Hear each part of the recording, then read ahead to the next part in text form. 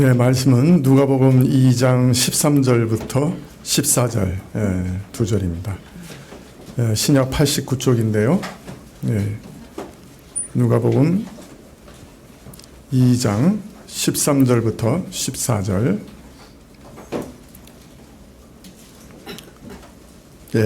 찾으신 줄 알고 제가 봉독해 드리겠습니다. 호련히 허다한 천군이 그 천사와 함께해서 하나님을 찬송하여 가로되 지극히 높은 곳에서는 하나님께 영광이요 땅에서는 기뻐하심을 입은 사람들 중에 평화로다 하니라. 아멘.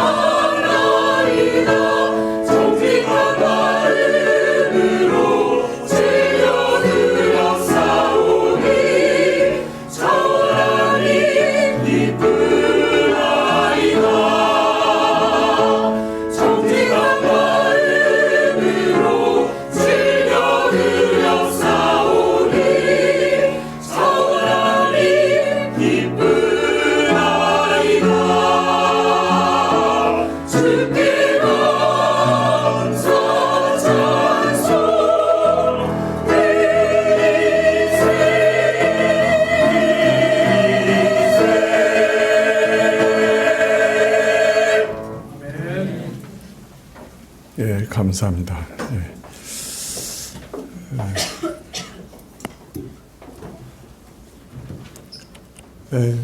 지난주 선교사님이 오셔가지고 이 본문 말씀이 성탄절 전형이라고 하셨는데, 이게 제가 찾아보니까 성탄절에 진짜 이 본문 가지고 제가 한 설교 4번인가 했더라고요. 뭐 그래도 또 살펴보십시다. 천사들이 나타나서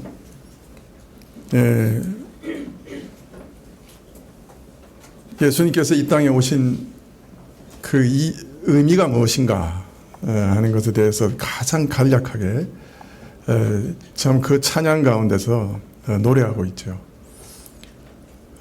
예수님이 오신 것은 정말 하늘에는 영광이 되는 것이고 이 땅에는 평화와 화평이 되는 것이다.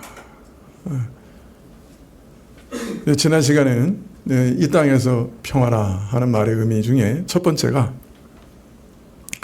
우리 죄인이 사실 하나님과 원수되었던 자들인데 예수 그리스도의 은혜로 속죄로 인해 하나님과 화평하게 됐다.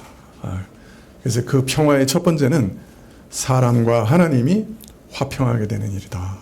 말씀을 드렸습니다. 오늘은 두 번째, 이 평화에는 사람과 사람 사이에 평화가 있다. 그것에 대해서 말씀드리려고 합니다.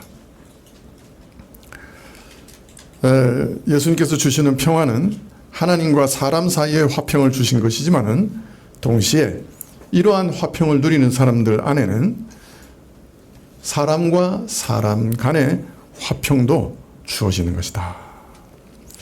지난 시간에 만물의 대리 통치였던 사람이 그 창조주를 반역하게 되자 그 대리 통치의 대상이 됐던 모든 만물이 오히려 이제 사람을 반역하게 됐다. 그렇게 말씀을 드렸죠.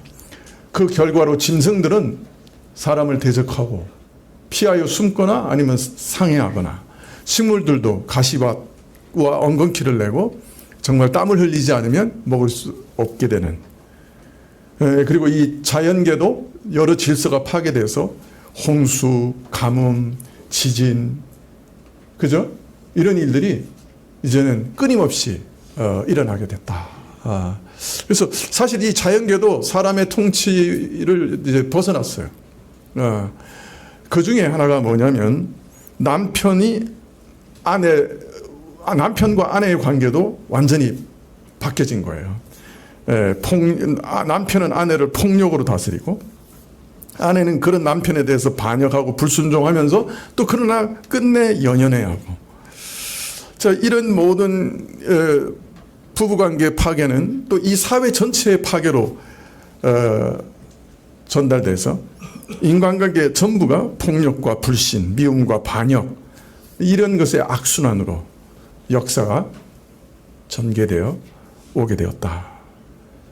그래서 사람과 사람 사이에도 이제는 화평이 없지요. 자, 그런데 놀라운 것은 하나님과 화목한 사람들에게는 이상한 능력이 생겨요. 그게 뭐냐? 하나님의 용서를 닮아서 자신의 해한 자도 용서하고 자신의 원수와도 화해하는 그런 능력이 생기는 거예요. 평화의 왕이신 예수님께서 우리 안에 계시고 우리를 다스리기 시작하시면은 그 평강을 따라, 그 평강의 통치를 따라 형제를 용서하고 화해하고 화평할 수 있는 능력을 소유하게 되는 것이죠. 그래서 바울사도는 로마서 12장 17절 이하에 아주 중요한 말씀을 우리에게 하십니다. 한번 찾아볼까요? 로마서 12장 17절 한번 찾아보시면 좋겠습니다.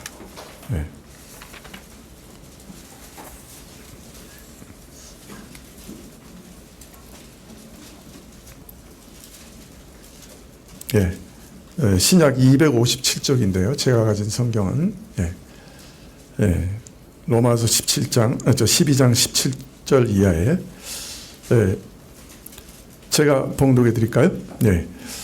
아무에게도 악으로 악을 갚지 말고 모든 사람 앞에서 선한 일을 도모하라.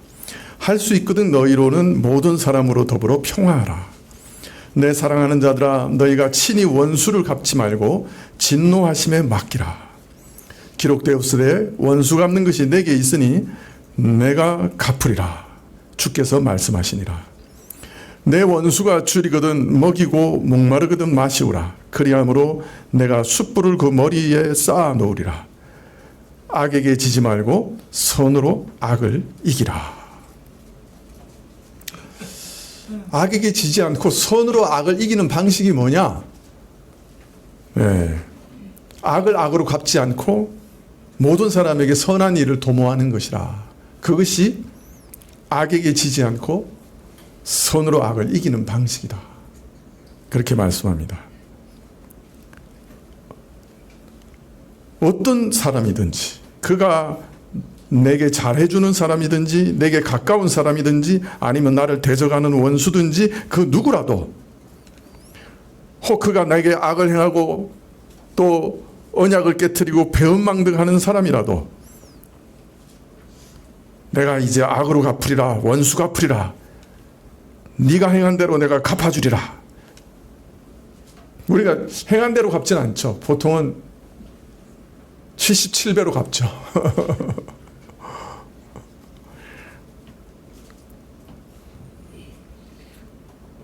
친구든지 원수든지 상관없이 오직 선하고 착한 일을 도모해야 한다.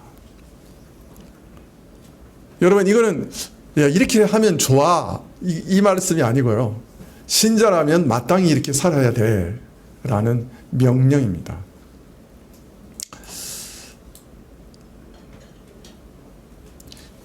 근데 이것이 참 우리에게 가능한 일일까요? 제가 그 영화 같은 거 잘 안 보는데 그래도 꼭 잘 보는 그래도 이렇게 눈에 띄면 보는 영화가 있어요. 그 뭐냐면 여러분 이제 상상 못 하시겠지만은 중국 무협 영화입니다. 제가 중국 무협 영화를 잘 본다는 걸 잘 상상이 안 가시죠. 예. 근데 왜 그걸 보느냐? 이 중국 무협 영화는 그 반드시 복수예요. 예, 예. 처음에 이제 막 뭐랄까 주인공이 아주 아주 억울한 일을 당하죠. 뭐 집안이 멸문을 한다든지. 그런 다음에 이제 절치부심해서 이제 노력한 후에 이제 원수를 갚습니다. 이제 그걸로 끝나는 거죠. 속이 다 시원하죠. 네, 제가 어릴 때 책들을 여러 번 반복해서 자주 읽었는데 삼국지 같은 거 아마 한 5번, 6번, 7번 만화로 읽은 거 잡지만 10번도 넘었어요. 수호지 뭐 이런 거 많이 책들 많이 읽었는데요. 제 기억에 특별히 많이 여러 번 읽었던 책 아마 한 15번도 더 읽은 것 같은데 몽테크리스토 백작. 네. 그 뭐예요? 복수하는 거죠. 그러니까 제가 보니까 천성적으로 뭘 좋아해? 복수를 좋아해.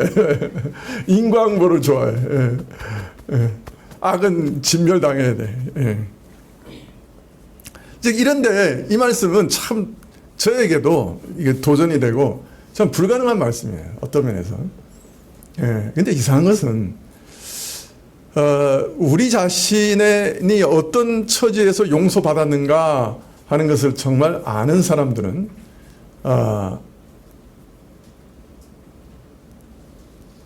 다른 사람을 용서할 수 있는 힘이 생겨요.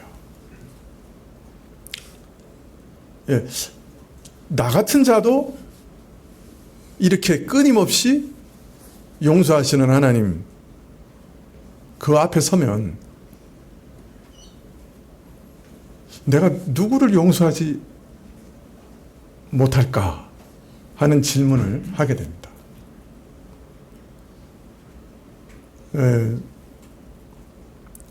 사실 우리가 1만 달란트 빚진 자의 비유를 통해서 잘 알고 있잖아요.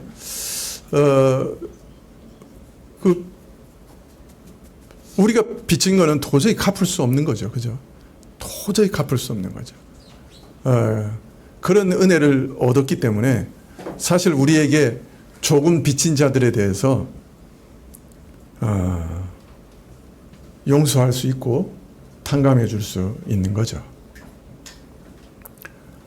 사실 믿기 전의 죄보다 믿은 후의 죄가 더 무서운 거예요, 사실은. 믿기 전에는 계명 잘 모르고 하나님 잘 모르고 죄인지도 모르고 죄를 지었지만은 이제는 그게 하나님을 반역하고 하나님을 짓밟는 무시한 죄라는 거 알면서도 계속 짓고 있는 거예요. 처음 우리를 구원하시는, 즉 애를 낳는 사랑이 큰가, 아니면은 우리를 구원하셔서 중생케 하신 후에 끊임없이 우리를 키워가시면서 애를 키우는 사랑이라고 비유할 수 있겠죠. 애를 키우는 사랑이 큰가, 오래 참으시고 성도로서 키워가시는 사랑이 큰가, 어느 사랑이 더 큽니까? 애를 키워보신 분들은 낳은 사랑이 커요, 기르는 사랑. 내가 지난번에도 얘기했죠. 물어봤죠. 예. 여러분, 그런 사랑을 매일 받으면서 끊임없이 반역하고 끊임없이 하나님을 모독하는 우리를 날마다 용서하고 계시는데, 그걸 생각하면 내가 누구를 용서하지 못할까? 누구라도, 그리고 저 사람도 나하고 똑같은 죄인이구나, 용서할 수 있게 돼요. 사실은 내가 다른 사람을 용서하지 못한다 할 때는 내가 얼마나 큰 은혜를 얻었는가 하는 것을 잘 모르기 때문인 것이죠. 악을 내가 스스로 처벌하겠다고 하지 말고 하나님의 진노하심에 맡기라고 말합니다. 원수 갚는 것은 하나님께 있다 그래요. 왜냐하면 모든 사람들은 궁극적으로 하나님 앞에 책임을 질 것이기 때문에 그렇습니다. 내가 궁극적으로 책임질 사람은 내가 손해를 입힌 그 사람도 아니고 사실은 하나님께 책임을 집니다. 사람의 행위에 대해 책임을 묻고 처벌하시는 분은 하나님 한 분이신 것이죠.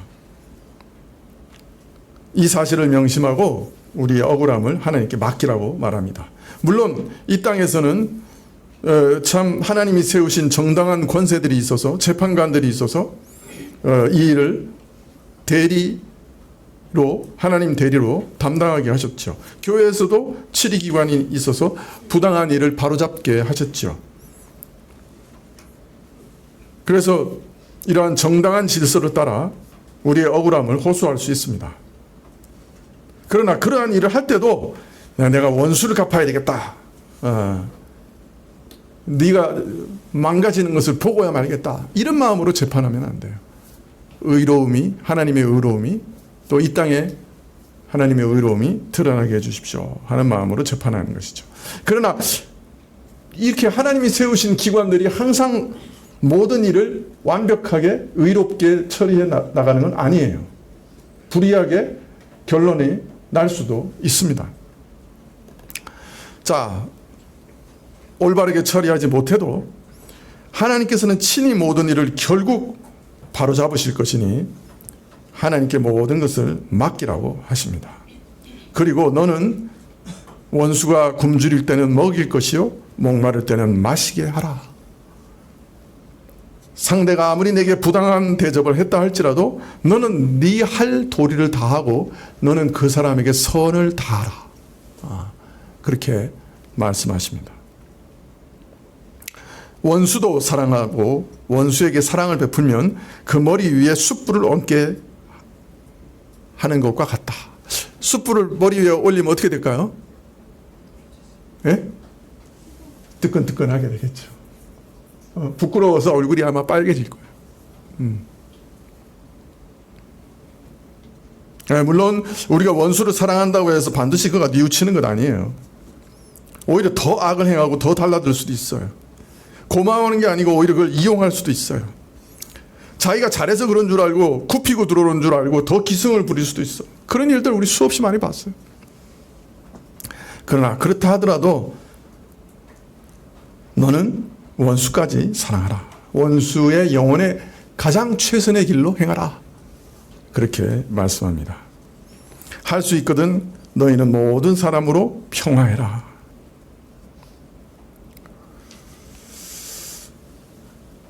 어떻게 이런 일들이 가능하냐? 우리 안에 평화의 왕이 계시기 때문에 그렇다. 내 안에 그리스도가 계시기 때문에 그렇다. 내가 이 명령에 순종하고자 하면 성령께서 참으로 은혜를 주셔서 그 일을 순종할 수 있게 하시는 것, 여러분 믿으시기 바랍니다. 여러분, 용서라고 하는 것은 마치 그 일이 없었던 것처럼 여기는 거예요. 하나님도 우리 죄를 용서하신 다음에 우리 죄를 잊어버리셨다. 그 자신의 등 뒤로 던져버리셨다. 예.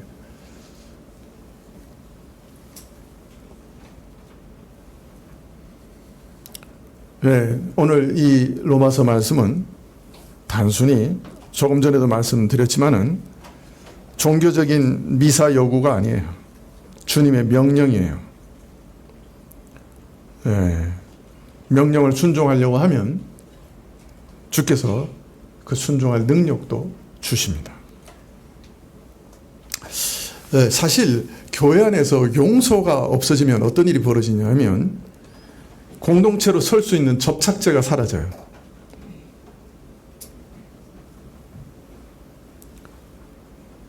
용서는 좋을 때나 나쁠 때나 우리를 한 몸으로 붙여주는 접착제예요. 우리를 사랑 가운데 서로 서 있게 하는 접착제 역할을 해요. 그래서 우리는 항상 모든 신자들 앞에서 나는 용서받아야 할 사람이고 또 용서해야 할 사람입니다 라는 고백 가운데 살아야 해요. 또 당신도 용서받아야 할 사람이고 또 항상 용서해야 할 사람입니다. 이것을 우리는 또 서로 고백해야 돼요. 인정해야 돼요. 네. 이것이 교회 존립 기반이에요. 네. 제가 자주 용서에 대해서 말씀드리는 이유는 교회가 교회로 설 수 있는 기반 중에 하나가 용서이기 때문에 그래요. 이거 하나의 중요한 접착제와 같아요. 참 그렇지만 우리가 평화의 왕을 모시고 있지만은 용서라고 하는 것은 결코 쉽지 않죠. 원수된 사람들, 상처를 입은 사람들 이상하게 자꾸 묵혀두고 또 그것이 묵은 상처가 되고 참 잘 고쳐지지 않아요. 입으로는 용서한다고 하고 또 마음으로 용서한다고 하지만 또 상대방을 보면 또 마음이 달라져요. 여러분, 부부 간에도 그런 일들이 있어요. 형제 안에도 그런 일을 봐요. 예배드리는 형제 가운데 앙금을 가지고 예배 장소에 나오는 일도 보게 돼요. 여러분, 그러나 조금 전에도 말씀드렸지만 내가 받은 용서의 은혜를 참으로 알면 우리는 다른 사람을 용서할 수 있게 돼요. 다른 말로 말하면 내가 다른 사람을 용서하지 못한다 할 때는 어디에서 고장이 나 있는 거예요? 내 믿음에 어떤 고장이 나 있는 거예요. 여러분, 그건 매우 심각한 일이죠. 믿음에 어떤 고장이 있다고 하면.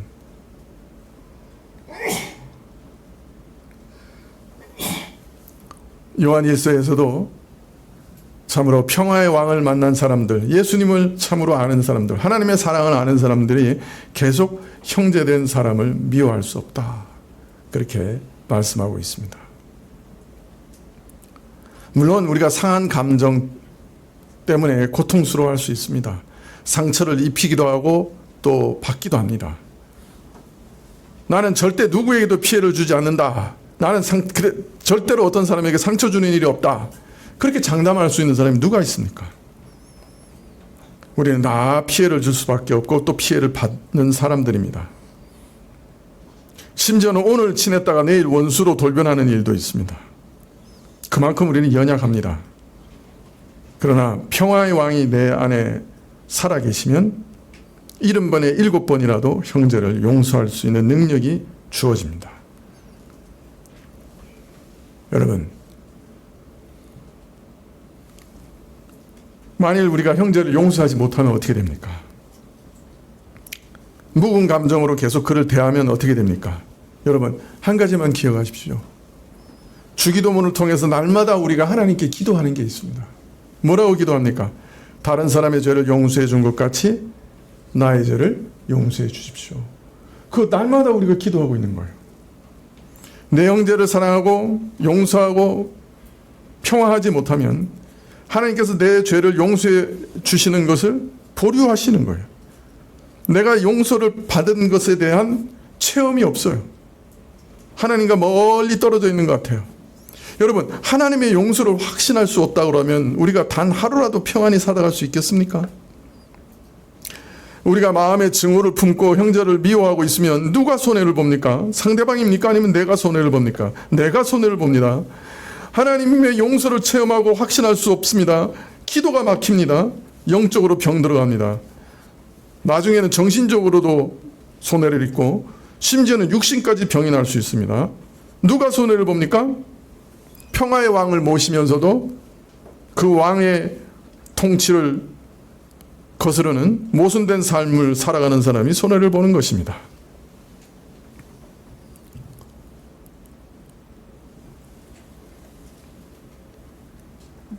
평화의 예수님께 우리의 상처를 다 드러내고,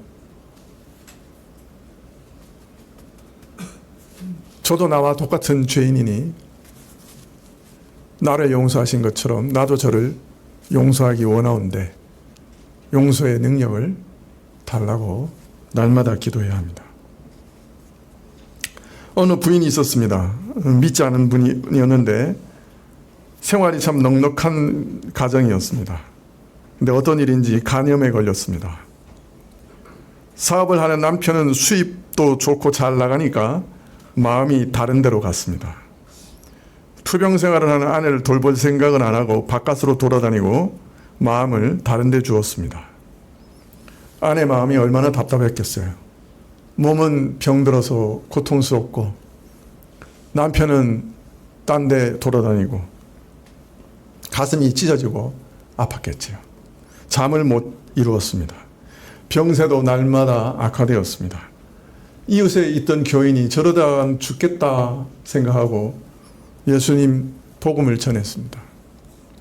예수님께서 내 죄를 용서해 주시고 내 구세주가 되신 것, 그 사실을 전달받았을 때 그 여인은 이상하게 마음이 열려서 예수님을 붙잡았습니다.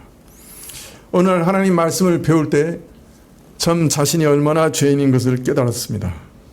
그리고 예수님이 자신과 같은 죄인을 위해 죽으신 것을 깨달았습니다. 예수님께 자신의 영혼을 맡길 때 놀라운 평화가 민물처럼 밀려오는 것을 체험했습니다. 불안하고 용서하지 못했던 그 갈등하던 마음이 순식간에 평화로 채워지는 것, 치유함을 받는 것을 보았습니다. 자기도 모르게 남편을 먼저 용서해 버렸습니다. 남편의 부정을 잊어버렸습니다. 없었던 것처럼 여기게 되었습니다. 그러자 남편을 대하는 태도가 달라졌습니다. 자녀들도 매일 공부 지지리도 못하고 말썽 피우던 자들 참 왜 저런 애들이 나한테 태어났느냐고 한탄하던 애들, 그 연약한 대로 못난 대로 받아들이고 오히려 감사하게 되었습니다. 그러자 애들을 대하는 태도도 달라졌습니다.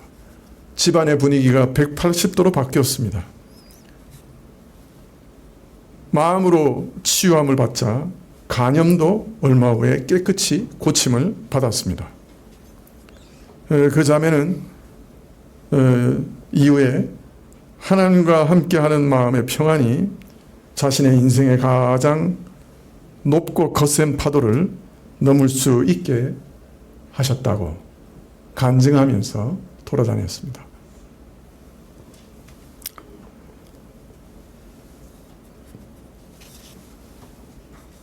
하나님, 그분이 나를 용서하신 그 화해와 평화는 다른 사람과 화평할 수 있는 힘과 능력을 우리에게 줍니다. 여러분, 묵은 감정이 있습니까? 원한이 있습니까? 피해의식이 있습니까? 다 묻어버리십시오. 과거에 대해서는 문을 닫아버리고 못질 해버리십시오. 용서하시고 잊어버리십시오. 이게 진정한 용서입니다. 없었던 일로 여기십시오. 그게 용서입니다. 하나님도 우리 죄를 기억지 않으십니다. 평화의 왕 예수님이 나를 지배하도록 예수님 그분을 영접하십시오. 그러면 우리도 평화의 도구가 됩니다. 옛 선인이 이렇게 기도했습니다. 주여 나를 평화의 도구로 써주소서. 미움이 있는 곳에 사랑을, 다툼이 있는 곳에 용서를, 분열이 있는 곳에 일치를 가져오는 자가 되게 주소서. 이 기도가 우리의 기도가 되어야 할 것입니다.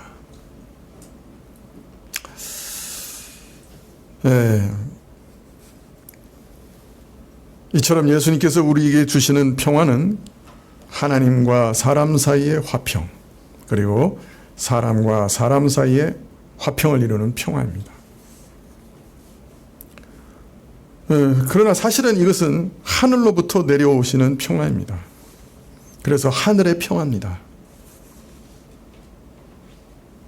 하늘의 평화를 얻은 사람은 하나님 앞에서 담대함을 얻습니다. 심지어는 당당함을 얻습니다. 담대함과 당당함으로 항상 하나님께 나갈 수 있게 됩니다.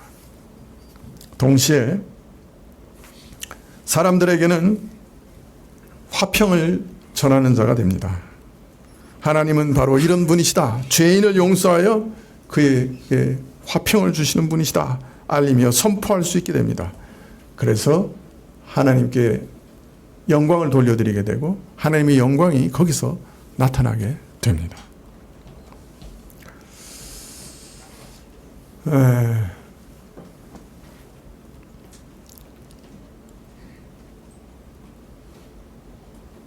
그런데 문제는 참 이 특별한 평화라고 하는 선물이 모든 사람에게 주어지는 건 아니라는 거예요. 오늘 천사들이 뭐라고 얘기했습니까? 이 평화가 누구에게 주어진다고요? 땅에서 기뻐하심을 입은 자들에게 주어지는 평화라고 합니다. 기뻐하심을 입은 자들에게 중에 평화라. 사실 오늘 예배드리기 위해서 이 자리에 나온 우리 모두가 참 얼마나 행복한 사람들인지 몰라요. 왜 그렇습니까? 하나님께서 기뻐하셔서 우리를 부르셨기 때문에 그렇습니다. 우리에게 하나님과 화평하고 이웃과 화평할 수 있는 평화를 주신 그 은혜를 우리가 누렸기 때문에 그렇습니다. 그래서 오늘 하나님을 찬양하고 있는 것이죠. 이런 축복을 아무나 받는 것이 아니에요. 자, 우리 생각에는 하나님과 원수된 인간을 하나님과 다시 손잡고 화목하게 하려고 예수님께서 오셨다고 하시니 이제 온 인류가 하나도 빠짐없이 하나님과 화목하는 은혜의 길이 열릴 것인데, 그러니 이제는 모든 사람이 다 이런 은혜를 얻겠다, 그렇게 생각할 수 있겠습니다. 그렇게 생각할 수도 있겠습니다. 그러나 하나님 그렇게 하지 않으셨어요. 오직 하나님의 기뻐하심을 입은 사람들에게 이 은혜를 베푸셨습니다. 하나님이 기뻐하시는 사람들만 예수님을 통해서 하나님과 화평할 수 있게 해주신 거예요. 참 이해하기 어려운 신비죠. 우리 부패한 이성이 아마 죽을 때까지 이해할 수 없는 것 중에 하나가 바로 이 일일 것입니다.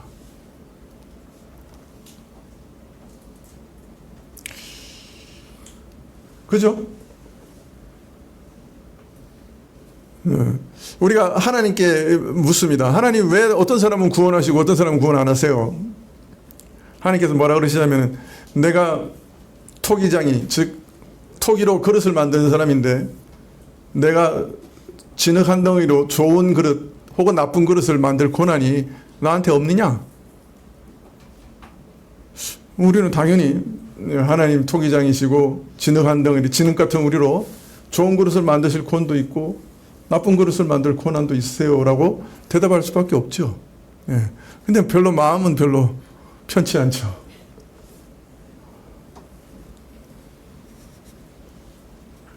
예, 사실은 우리 부패한 이성이 이 땅에서 이 비밀을 다 이해할 수 없어요.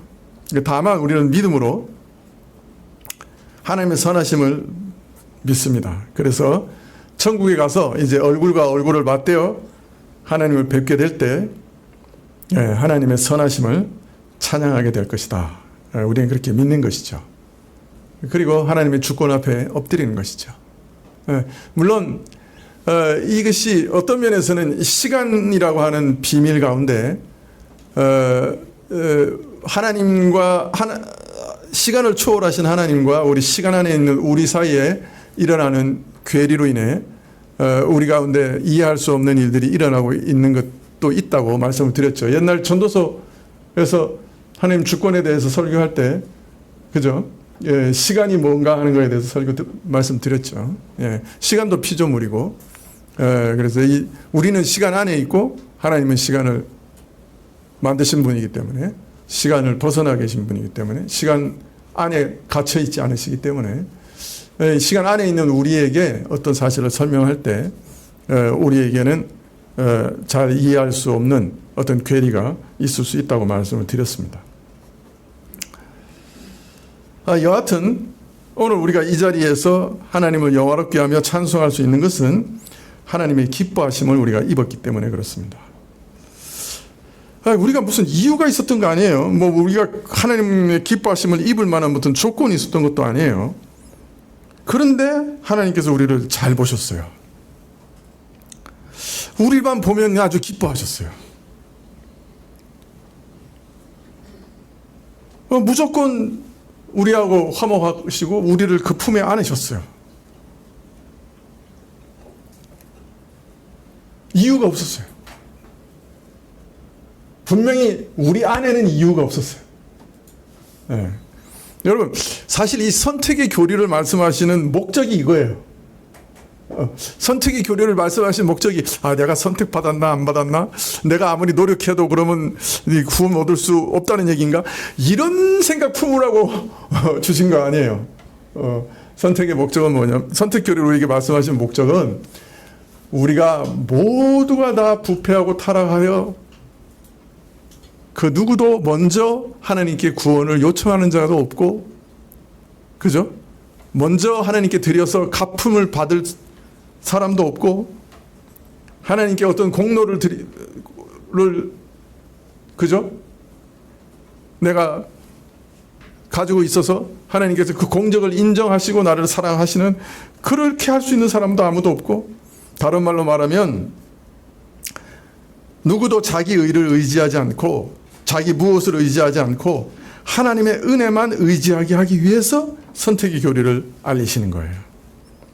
내 안에 무엇이 아니고 오직 하나님이 무조건적으로 나를 기뻐하셨기 때문에 내게 구원을 주셨다 하는 사실을 알리시는 거예요. 그래서 값없이 하나님을 향하여 아바 아버지라고 부를 수 있는 영광을 누리게 하신 거예요. 우리와 세상 끝날까지 동행하시는 임마누엘의 하나님이 되어주셔서 내 곁에 내 안에 지금 계시는 거예요. 한순간도 나를 혼자 떼어놓지 않으시고 자비로우신 아버지께서 은혜의 값없는 선물로 우리 인생을 채워주고 계신 거예요. 그분이 무조건적으로 나를 사랑하셨기 때문에. 다른 말로 말하면 하나님이 나를 사랑하시는데 내 안에 어떤 조건 때문이 아니고 내 어떤 의 때문이 아니고 내 어떤 공로 때문이 결코 아니다 라고 하는 것을 가르치시는 교리가 선택의 교리예요. 적용 잘못하면 엉뚱한 데 간단 말이에요. 하여튼 이 선물을 참으로 발견하는 자들은 바울처럼, 바울이 로마서 8장 31절에서 1절 이하에서 황홀해서 소리친 것처럼 소리칠 수밖에 없습니다. 이 일에 대하여 무슨 말 하리요? 다시 말하면 말할 필요가 없어요. 나 같은 것을 하나님께서 만세전에 미리 아시고 내 이름을 아시고 나 같은 것을 선택하시고 예정하시고 그래서 때가 되셔서 나를 주의 복음으로 부르시고 그리고 내 마음에 믿음을 주시고, 믿음을 주셔서 죄를 용서해 주시고, 그리고 의롭다 하시고 하나님의 아들이 되게 하셨는데,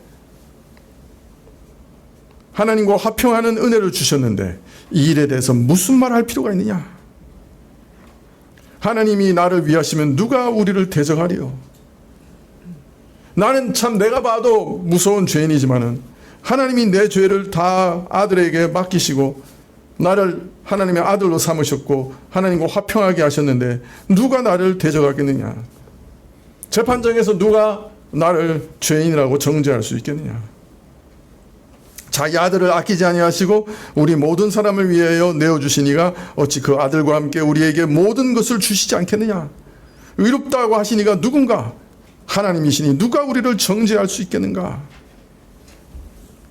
참 놀라운 승리의 선언이라고 할 수 있겠죠.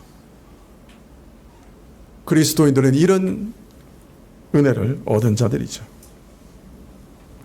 그리스도로 인하여 우리를 자기 소유로 삼으시고 하나님 자신과 화평하게 하셨는데 누가 우리를 보고 이러니 저러니 말할 수 있느냐? 하나님과 우리 사이에 끼어들어 그 화평을 깰 수 있느냐? 누가 정죄할 수 있느냐? 누가 심판정에서 우리를 죄인이라고 정죄할 수 있겠느냐? 할렐루야. 그러니 이 예수님이 우리에게 오신 소식만큼 기쁨의 소식이 또 어디 있겠는가?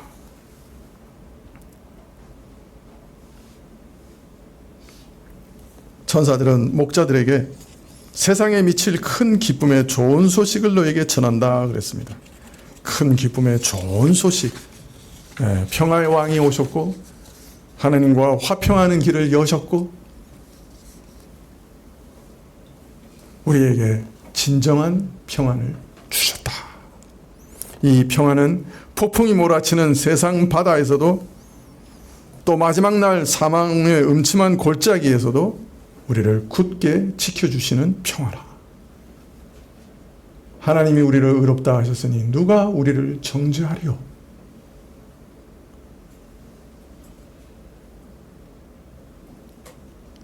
가장 강력한 평화라.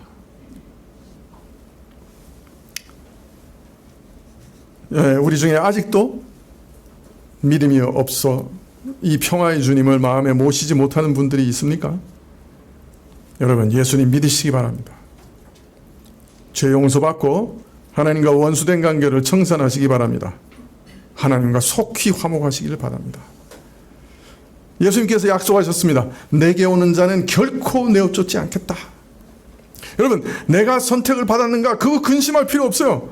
내게 오는 자는 누구든지 결코 내어쫓지 않겠다 약속하신 분이 우리 예수님입니다. 혹 하나님이 야 나는 너 선택하지 않았는데 그래도 염려하실 필요 없어요. 여리고성을 함락하라고 명하실 때 하나님께서 여리고성 안에 있는 모든 사람을 다 죽이라 그랬어요.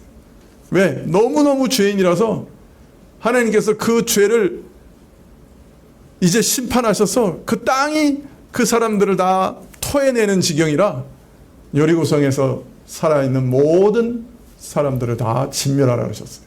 즉 여리고성에는 하나님께서 선택한 사람이 한 명도 없었어요. 그런데 이상한 일이 벌어졌어요. 기생 라합이 갑자기 두 정탐꾼들에게 야 너희가 믿는 여호와 하나님은 상천하지의 유일하신 하나님이신데 혹 나는 거기 국류를 얻을 자리가 없냐? 하나님께서 그 기생 라합을 구원해 주셨어요. 예수 그리스도의 조상이 되게 하셨어요. 표면적으로는 여리고성에 있는 모든 사람은 하나님께 선택을 받지 못했어요. 하나님 그렇게 선포하신 거예요. 여리고에 있는 사람 모두 다 죽여라. 그런데 그 중에 한 여인이 혹시 그래도 국률이 없습니까? 하나님 안에는. 혹시 나는 구원받을 길이 없습니까? 날 좀 살려주시면 안 됩니까? 나와 내 집을 좀 구원해 주시면 안 됩니까? 요청했을 때 어떻게 했어요? 내게 오는 자는 결코 내어쫓지 않겠다 하시는 약속이 라합과 그 가정에 이루어졌습니다. 믿으십니까? 예. 그러니까 내가 선택받지 않았으면 어떡하지? 그런 걱정하지 마세요. 혹 하나님이 진짜로 너는 선택받지 못했어 라고 얘기하셔도 그때도 우리는 어떻게 해야 돼? 라합처럼. 그죠? 하나님은 상천하지에 유일하신 하나님이신데 하나님 혹시 저는 그 자리가 없습니까? 천국에 혹시 저는 좀 앉을 자리가 없습니까? 매달려야죠. 그러면 하나님 어떻게 하셨어요? 예? 결코 내어쫓지 않으셨어요. 우리가 구원을 얻는 믿음은 구원을 확신하는 믿음이 아니고 구원을 구하는 믿음이라고 말씀을 드렸죠. 기생 라합도 구원을 구할 때 그죠? 구원 얻었어요. 다 진멸하라. 거기는 선택받은 자가 없다고 선포하신 그 자리에서 구원 얻었어요. 자, 그러니까 내가 선택을 받았어요, 말았어요. 그런 거 근심할 필요 있어요, 없어요? 없어요. 내게 오는 자는 내가 결코 내어쫓지 않겠다. 약속하셨어요. 이 약속 믿고 구원을 구하는 자는 다 구원 얻을 줄 믿습니다. 예. 구원을 구하는 믿음으로 우리는 천국에 갈 겁니다. 아직 예수님을 잘 몰라서 이 평화를 체험하지 못하는 분들이 있습니까? 여러분, 하나님 말씀을 보십시오. 예수 그리스도가 누구신지 배워가십시오. 그분 앞에 더 가까이 나가십시오. 그분에게 하늘의 평화를 달라고 기도하십시오. 세상의 염려와 근심이 너무 무거워서 이 평화를 잃어버리신 분이 있습니까? 다시 주님을 바라보십시오. 그가 평화의 왕이십니다. 근심과 걱정을 그에게 맡기십시오. 그가 평화의 왕이십니다. 세상을 창조하신 하나님이시고 우리의 모든 염려와 근심의 짐을 짊어지시는 분이십니다. 내 짐을 여호와께 맡겨버리라. 그가 너를 붙드시고 너의 요동함을 영영히 허락지 않으실 것이다. 우리 인생의 길에 우리에게 평화를 주시는 분도 우리 하나님 한 분이십니다. 모든 근심 걱정을, 모든 짐들을, 내가 할 수 없는 모든 일들을 우리 평화의 왕이신 예수님께 맡기십시다. 그러시면 그가 주시는 평안이 우리를 주관하실 겁니다. 기도하시겠습니다.